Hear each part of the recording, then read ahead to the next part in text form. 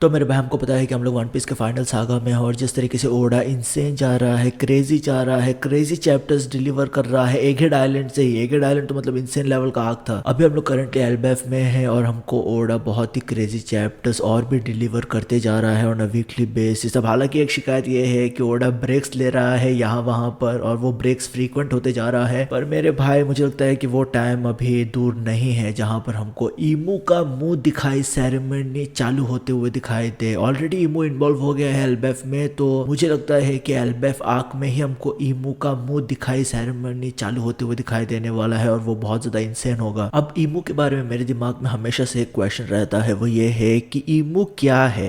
मेरे को नहीं फर्क पड़ता है कि वो कहाँ से आता है, क्या करता है, उसका हिस्ट्री क्या है, पर मतलब ऑब्वियसली वो सब सारी चीजें एड्रेस किया जाएगा। पर अभी करंटली जो मेरे दिमाग में एक प्रोमिनेंट क्वेश्चन है ईमू को लेके, वो ये है कि ईमू एक्चुअल में है क्या। क्या वो सच में डेवल है, क्या वो ह्यूमन है, क्या है वो। मुझे कभी कभी लगता है जिस तरीके से एल्बेफ में ओडा ने हमको बहुत ही एक लेजेंडरी फोरक्लोर का डिपिक्शन दिया था, जो बहुत ही एक हाइप पैनल था, by the way one of the craziest panel है वो पूरे वन पीस मांगा में। वहां पर हमको डिफरेंट डिफरेंट स्टेजेस दिखाई दे रहा था। पहले स्टेज में क्या था, दूसरे स्टेज में क्या हुआ था, अभी तीसरे स्टेज में ऐसा प्रिडिक्ट किया गया है, ऐसा बोला गया है नरेशन वाइज कि ईमू और जॉय बॉय इस टाइम पे फिर से मिलेंगे। ये मतलब यहाँ पर तय हो चुका है कि ईमू और लूफी फिर से मिलेंगे, उन लोग फाइट करेंगे जो सदियों सदियों से होते आ रहा है। ये यहाँ पर फाइनल फाइट होगा जहाँ पर कंक्लूजन हमको ड्रॉ होते हुए दिखाई देगा, जो बहुत ज्यादा एक कॉन्सिक्वेंशियल बैटल होगा पूरी दुनिया के लिए। तो क्या यहाँ पर ओडा डुअलिटी के कॉन्सेप्ट के साथ जाना चाहता है इस पूरे डायनेमिक को लेके, इस पूरे रिलेशनशिप के डायनेमिक को लेके जो हमको दिखाई दे रहा है ईमू और जॉय बॉय के बीच में। क्या ये ऐसा केस है कि ईमू और जॉय बॉय एक ही सिक्के के दो पहलू है, ऐसा क्या हो सकता है। हमने देखा है ये डिपिक्शन बहुत सारे स्टोरीज में, नरेशंस बहुत सारे स्टोरी में, जैसे कि for example good versus evil, sun versus moon, बाद में हमने देखा है एक तरीके का डेवल वर्सेस गॉड। ये सब सारी चीजें हमेशा होते रहता है। ये एक बेसिकली इंटेग्रल पार्ट होता है कई सारे स्टोरीज का। और जैसे स्पेशली वन पीस का स्टोरी है, जितना बड़ा ये स्टोरी है, ऑब्वियसली ये बहुत ज्यादा कॉमन सेंस हो गया था कि ऑब्वियसली यहाँ पर डेस्टिनी का कुछ ना कुछ रोल प्ले होने वाला है आगे चलती हुई सीरीज में। ईमू हमको बताया है कि वो सोल रूलर है इस पूरे दुनिया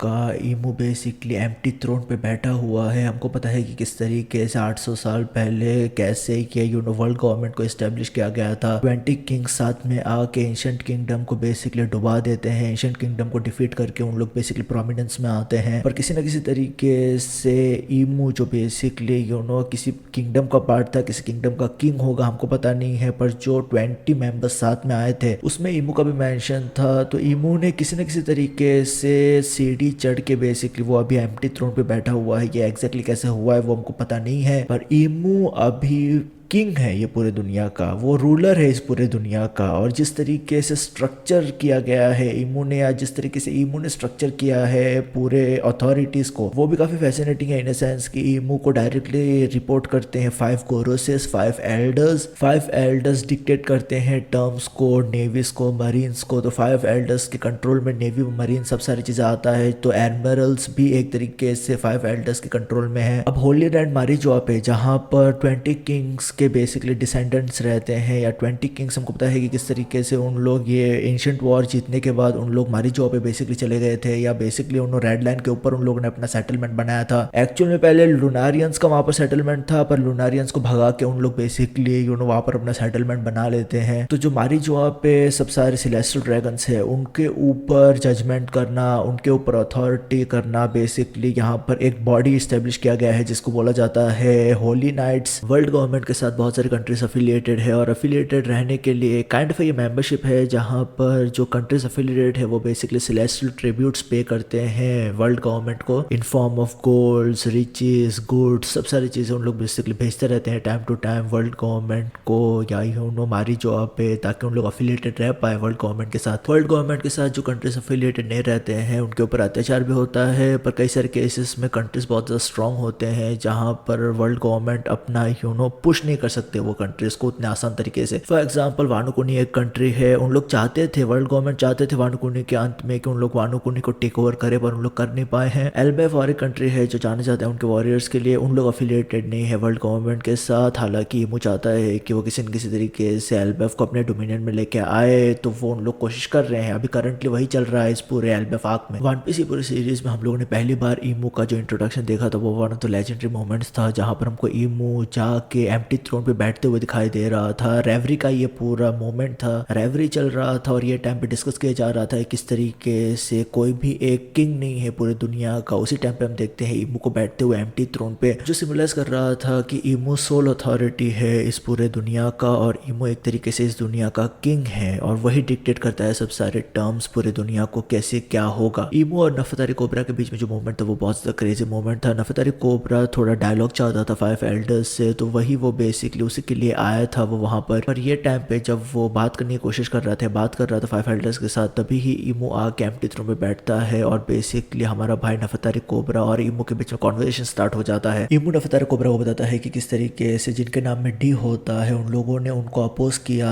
था बहुत सारे सेंचुरीज पहले। ईमू बोलता है किस तरीके से रिसेंट के टाइम में बहुत सारे डी के बंदे बेसिकली उन्हें उभर उभर के आ रहे हैं, पर उनको पता ही नहीं है कि उसका मतलब क्या होता है। किसी को पता नहीं है, जिनके नाम में डी है उनको पता ही नहीं है कि उन लोग एक्चुअल में कहाँ से बिलोंग करते हैं, उनके हिस्ट्री के बारे में पता नहीं है। और यहाँ पर ईमू स्पेसिफिकली बोलता है कि किस तरीके से नफतारी लिली के वजह से, उसके ब्लंडर के वजह से पूरा पोनिग्लिफ स्कैटर हो गया था पूरे दुनिया में और एक तरीके से एक रिसर्जेंस स्टार्ट हो गया था। पायरेट एरा में एक रिसर्जेंस स्टार्ट हो गया था। कई सारे लोग जो बेसिकली चेस कर रहे थे पोनिग्लिफ को और उन लोग पहुंचना चाहते थे वन पीस पे या उन लोग पहुंचना चाहते थे लाफ्टेल पे, जो बेसिकली उन्होंने सब सारी दुनिया की हिस्ट्री के बारे में बताता है। या लाफ्टेल पे ऑब्वियसली लोग पहुंचना चाहते हैं क्योंकि वो बहुत ज्यादा ट्रेजर है, वो सब सारी चीजें। बाद में रॉजर का पूरा एंगल आ गया था वहां पर हाँ, ये पूरा जो पोनिग्लिफ्स था जो बेसिकली स्कैटर हो गया था पूरा ऑल अराउंड द वर्ल्ड, वो बहुत ज्यादा एक चुभने वाला इंसिडेंट था ईमू के लिए। तो ईमू जो बात कर रहा था नफतारी लिली के ब्लंडर के बारे में, तो वहां पर हमको ईमू से क्लियरली सेंस ऑफ बिट्रेयल का एस्पेक्ट दिखाई दे रहा था। और ईमू बोलता है किंग कोबरा को कि तू नफतारी लिली का नाम ऐसा क्यों ले रहा है, जो नाम लेटर में लिखा है वो ले। वहां पर हमको पता चलता है कि किस तरीके से नफतारी लिली बेसिकली नफतारी डी लिली है। और जैसे हमारा भाई किंग कोबरा नफतारी डी लिली बोलता है, तब हमको हमारा भाई ईमू अपना टेल के जरिए से उसको पियर्स थ्रू करते हुए दिखाई देता है। किंग कोबरा के यहाँ पर डेथ हो जाता है। अब यहाँ पर हमको याद रखना चाहिए कि एलोबेस्टा 20 फाउंडिंग मेंबर्स में आता है, जो 20 फाउंडिंग किंगडम्स रिस्पॉन्सिबल थे वर्ल्ड गवर्नमेंट को एस्टेब्लिश करने के लिए, उसमें एलोबेस्टा आता है। पर एलोबेस्टा के जो लोग थे वो माइग्रेट नहीं करते हैं होली लैंड मारिजोआ पे, उन लोग अपने ही किंगडम में वहां पर ही रहते हैं जहां पर उन लोग सदियों से रहते थे। तो उसको भी लेके कहीं ना कहीं जो वर्ल्ड गवर्नमेंट है उनको बेसिकली शिकायत था, उनको काइंड ऑफ एक ग्रज था कि क्यों उन लोग यहाँ पर रह रहे हैं, नीचे रह रहे हैं। प्लस यहाँ पर नफतारी डी लिली का एंगल आ जाता है और हम लोगों ने लिली का जो पोर्ट्रेट है वो ईमू के रूम में भी देखा है। तो मुझे पता नहीं है कि क्या ईमू प्यार में था नफतारी डी लिली से, पता नहीं है, पर हमने देखा है कि ईमू के रूम में कई सारे लोगों का पोस्टर है। नफतारी डी लिली का जो बहुत ही बड़ा पोर्ट्रेट है वो तो है ही, नफतारी डी लिली का पोस्टर है, वहां पर शिराहोशी का पोस्टर है, लूफी का पोस्टर है, ब्लैक बियर्ड का पोस्टर है। हमने देखा है कि ईमू एक बहुत ही बड़ी चेंबर में जाता है, वहां पर एक मैसिव स्ट्रॉ हेड भी है। तो वहां पर हमको पता चल रहा था कि मोस्ट प्रोबेबली ये जॉय बॉय का स्ट्रॉ हेड है। ये जो पूरा रेवरी का इंसिडेंट चल रहा था, तो किंग कोबरा की डेथ के बाद हम देखते हैं कि साबो इंटरवीन करता है, साबो के ऊपर भी अटैक किया जाता है, साबो के ऊपर भी ईमू अपना टेल के जरिए से अटैक करता है। हमने देखा है कि साबो अपना फायर स्टाइल यूज करके उसके ऊपर अटैक मारने की कोशिश करता है, फायर फेस अटैक मारने की कोशिश करता है, पर वो काइंड ऑफ इंस्टेंटेनियसली नगेट हो जाता है ईमू के ऊपर। ईमू का हम लोग यहाँ पर एक फॉर्म देखते हैं, डिमोनिक फॉर्म देखते हैं, सिलुएट में काइंड ऑफ उसके पास विंग था, बहुत ज्यादा मैसिव हमको ईमू दिखाई दे रहा था। यहाँ पर हमको एग्जैक्टली पता नहीं है कि वो एग्जैक्टली कैसे दिखता है, पर डेफिनेटली उसके ये डिमोनिक फॉर्म में वो काफी टिपिकल सेटन की तरह लग रहा था। यहाँ पर साबो मेरे हिसाब से बहुत ज्यादा लकी है इस पूरे इंसिडेंट से एस्केप करने के लिए, क्योंकि वहां पर ईमू था, यहाँ पर 5 गोरोसेस थे, सब सारे लोग ट्रांसफॉर्म होते हैं अपने डिमोनिक फॉर्म में, पर फिर भी साबो एस्केप कर पाता है। बाय द वे यहाँ पर वापुल को भी पता चल जाता है, वापुल भी ये पूरी कॉन्वर्सेशन को सुन पाता है। मैंने देखा है कि कई सारे लोग बहुत डिसअपॉइंटेड थे कि ईमू ने कैसे अपना ऑब्जर्वेशन हाकी के जरिए से नहीं वो बेसिकली सेंस कर पाया साबो को, वो सब सारी चीजें भी चल रहा था। पर मेरे को लगता है कि ईमू बहुत ज्यादा एरोगेंट भी है, मे बी वो उतना ध्यान नहीं दे रहा रहेगा, ऐसा कुछ हो सकता है, किसको पता। पर हाँ, साबो और वापुल यहाँ से एस्केप करते हैं, वो बहुत ज्यादा एक क्रेजी चीज था इस पूरे रेवरी में कि हाँ साबो बेसिकली कन्फ्रंट करता है ईमू को, कोबरा का डेथ होता है, साबो एस्केप करता है, इंसेन था। अब साबो रेवरी से एस्केप करके कैसे न कैसे वो कहाँ पर पहुंचता है, वो पहुंचता है लुलुशिया किंगडम पे। लुलुशिया किंगडम पे रिवॉल्ट हुआ था जहाँ पर कई सारे जो ऑर्डिनरी बंदे थे, लोकल बंदे थे लुलुशिया किंगडम पे, जो पॉपुलर्स था, उन लोगों ने रिवॉल्ट किया था किंगडम के अगेंस्ट, और वहां पर उन लोगों ने किंग और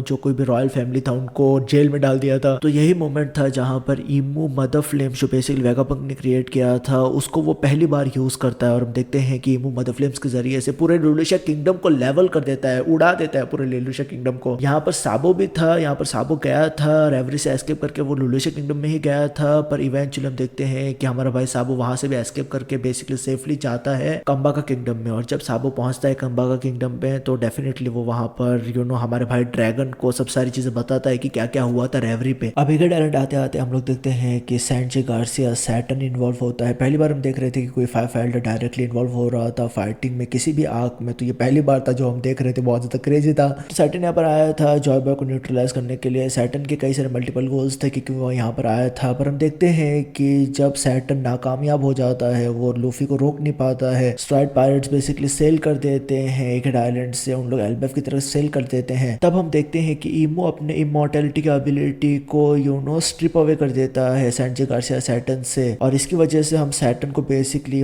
पॉप अप होते हुए देख रहे थे। वो कंप्लीटली बर्स्ट हो जाता है, डार्क फ्लेम्स हमको एमिट होते हुए दिखाई दे रहा था उसके ऊपर से, और उसका डेथ हो जाता है। तो बेसिकली ईमू पनिश करता है ईमू के, मतलब अगर ईमू के ऑर्डर्स को सही से पालन ना किया जाए और रिजल्ट डिजायर्ड रिजल्ट ना मिले ईमू को जो कुछ भी एक्सपेक्ट कर रहा है, तो वो 5 एल्डर्स को भी टपका सकता है, जो हमने देखा है सैंचे गार्सिया सैटर्न के केस में। सैंचे गार्सिया सैटर्न के जाने के बाद जो एक वेकेंट सीट था गोरुसेस में, वो हम लोग फिल करते हुए देख रहे थे फिगारलैंड गार्लिंग को। तो फिगारलैंड गार्लिंग अब बेसिकली गोरे से बन चुका है यहाँ पर। अब एगेड आइलैंड आर्क में एक स्पेसिफिक मोमेंट था जो मुझे लगता है कि ईमू को थोड़ा ट्रॉमा दे दिया था, क्योंकि यहाँ पर जो अहमद था, जो एंशिएंट जायंट रोबोट था, वो बेसिकली जॉय बॉय के कॉन्करस हाकी को अनलिश करता है। जो जॉय बॉय ने सील अवे किया था अहमद में, वही वो कॉन्करस हाकी एमिट करता है, और हम देख रहे थे ईमू का एक्सप्रेशन, ऐसे लग रहा था कि वो ट्रॉमा में चला गया है। वो इंस्टेंटेनियसली रिकॉग्नाइज करता है कि ये किसका कॉन्करस हाकी है, और ऑब्वियसली हम लोग उसके फेस पे डिसबिलीव देख रहे थे जो कुछ भी चल रहा था। तो वो आपको दिखाता है कि हमारा भाई ईमू किस तरीके से डरता है जॉय बॉय से।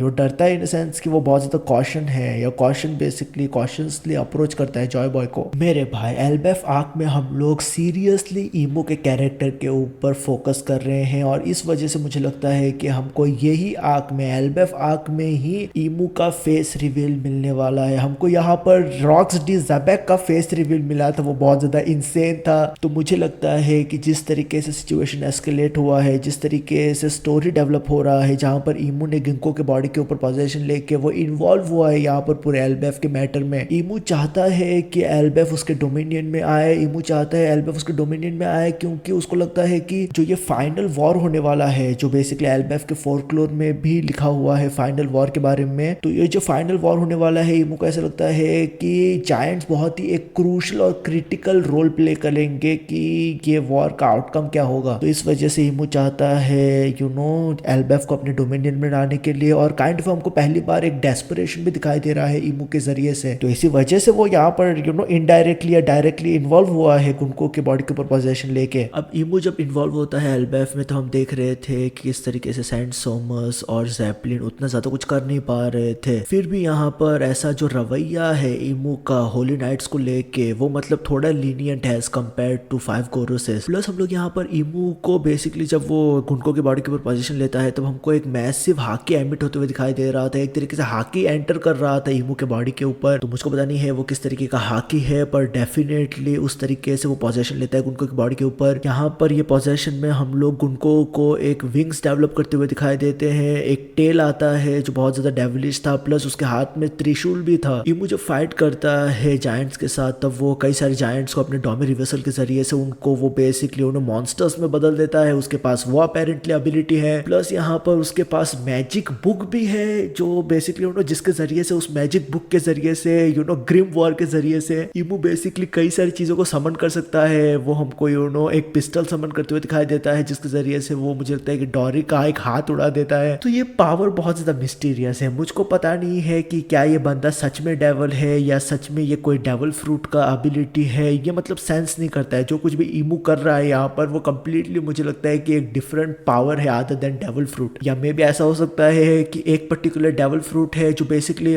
पैरामीसिया, लोगिया और बेसिकली जोवन, सब सारे तीनों चीजों को कंबाइन करके ये बेसिकली डेविल फ्रूट एक स्पेशल डेविल फ्रूट है जो ईमू ने कंज्यूम किया। हमको पता है कि हमारे भाई लूफी के हितो हितोनोमी जो हमारे भाई सन गॉड निका के मॉडल के ऊपर बेस्ड है, वो भी कई सारे कैरेक्टरिस्टिक दिखाता है पैरामीसिया, जोवन और लोगिया के कैरेक्टरिस्टिक हमको दिखाई देता है उसके भी डेविल फ्रूट में। तो वो एक फार फैच पॉसिबिलिटी नहीं है कि मोस्ट प्रोबेबली जो ये डेविल फ्रूट है, या जो अगर हमारे भाई ईमू ने डेविल फ्रूट कंज्यूम किया है तो उसमें लोगिया, पैरामीसिया और जोवन तीनों का एस्पेक्ट हमको दिखाई दे। पता नहीं यार, पर ईमू बहुत ही वियर्ड एबिलिटीज यूज करता है। ठीक है, रॉकस्टी ज़बैक के फ्लैशबैक में हमको रॉकस्टी ज़बैक कन्फ्रंट करते हुए दिखाई देता है ईमू को। रॉकस्टी ज़बैक बेसिकली काफी चिल तरीके से बैठा हुआ था फ्लावर रूम में, आमने सामने था वो। मुझे लगता है कि चाय पीने की कोशिश कर रहा था वो ईमू के साथ। मुझे लगता है कि रॉकस्टी ज़बैक यहाँ पर अपना पॉडकास्ट स्टार्ट करने की कोशिश कर रहा था जो टाइटल होता चाय के साथ चर्चा व्हाइट सेंचुरी पे बाय ईमू एंड रॉकस्टी ज़बैक। मुझको पता नहीं है यार, पर बंदा बहुत ज्यादा सैवेज है। रॉकस्टी ज़बैक बोलता है ईमू को कि तू याद रखना मैं फिर से वापस आऊंगा। मुझको पता नहीं है कि अगर वो वापस गया था कि नहीं, पर हमको वहां पर फ्लावर रूम में एक मैसिव सोर्ड दिखाई दे रहा था। हमको पता है कि रॉकस्टी ज़बैक एक यूनिक सोर्ड्समैन था। तो मेरे दिमाग में हमेशा क्वेश्चन रहता है कि क्या रॉकस्टी ज़बैक का ही सोर्ड है वो जो हमको फ्लावर रूम में दिखाई देता है, क्या वो वैसा हुआ था? तो वो एक्सप्लेन भी करेगा कि क्यों हमारा भाई ईमू टारगेट कर रहा है स्पेसिफिकली ब्लैक बियर्ड को। हमको पता है कि ब्लैक बियर्ड के पास यामी यामी नोमी है, गोरो गोरो नोमी है, बट ये भी एक रीजन हो सकता है कि क्यों हमारा भाई ईमू टारगेट कर रहा है ब्लैक बियर्ड को। वो भी एक एस्पेक्ट हो सकता है कि क्योंकि रॉकस्टी ज़बैक का बेटा है ब्लैक बियर्ड, इस वजह से वो एक एस्पेक्ट हो सकता है कि क्यों ईमू टारगेट कर रहा है ब्लैक बियर्ड को। ठीक है, पर वो बहुत ज्यादा इंसेंट था। जो कुछ भी रॉकस्टी ज़बैक ने किया है क्रेजी है। बाय द वे मैं ये भी मेंशन करते चलूं यहाँ पर कि मुझे बहुत ज्यादा स्ट्रांगली लगता है कि ईमू का इन्वॉल्वमेंट हुआ था गॉड वैली इंसिडेंट में। मुझे लगता है कि जिस तरीके से ईमू ने गुंको के बॉडी के ऊपर पोजीशन लिया है, उसी तरीके से मोस्ट प्रोबेबली ईमू ने फिकारल एंड गार्लिन के बॉडी के ऊपर पोजीशन लिया रहेगा और उस तरीके से इंटरवीन किया रहेगा पूरे गॉड वैली इंसिडेंट में। ये मेरा सिर्फ हाइपोथेसिस है, ठीक है यहाँ पर। तो यही सब सारी चीजें मैं बात करना चाहता यार ईमू के बारे में। तो मेरे भाई तुम्हारा ओपिनियन क्या है ईमू के कैरेक्टर के बारे में जो सपोजिटली हमारा फाइनल विलन है इस पूरे सीरीज में? कई सारे लोग बोलते हैं कि ब्लैक बियर्ड है, कई सारे लोगों का डिफरेंट ओपिनियन है कि कौन फाइनल विलन रहेगा। और मुझे लगता है कि स्टोरी वाइज, नरेशन वाइज ये बहुत ज्यादा अपेरेंट हो गया है, बहुत ज्यादा ऑब्वियस हो गया है कि हमारे भाई ईमू ही फाइनल विलन है इस पूरे स्टोरी का। इंटरेस्टिंग रहेगा देखने के लिए, काफी इंटरेस्टिंग रहेगा देखने के लिए कि हमारा भाई ओडा किस तरीके से ब्लैक बियर्ड को फिट इन करता है इस पूरे स्टोरी के स्ट्रक्चर में। पर हाँ यार, ईमू का कैरेक्टर इंसेन है। जो कुछ भी एल्बेफ में चल रहा है उसको अगर हम लोग कंसिडरेशन में लेते हैं तो डेफिनेटली ईमू का इन्वॉल्वमेंट हुआ है। लूफी वर्सेस ईमू का जो बैटल होने वाला है, जब लूफी सामने आएगा तू मतलब सोच, जब सन गॉड निका सामने आएगा, जब वो जॉय बॉय का एंसेस्ट्री सामने आएगा हमारे भाई ईमू के, क्या इंसैनिटी होगा यार, क्या रिएक्शन रहेगा यार ईमू का। इनसे रहेगा, देखने में बहुत ज्यादा कूल रहेगा यार, काफी फनी भी होने वाला है वो पूरा मोमेंट, मुझे पता है। तो मेरे भाई मैं ये सब सारी चीज़ बात करना चाहा था। अगर तुमको ये वीडियो पसंद आया तो लाइक कर देना, डेफिनेटली ये मेरे को हेल्प करता है एल्गोरिथम में फिर से वापस आने के लिए। पर तो हमेशा याद रखे तेरा भाई VRP, ख्याल रखो अपना, प्लीज मेरे भाई।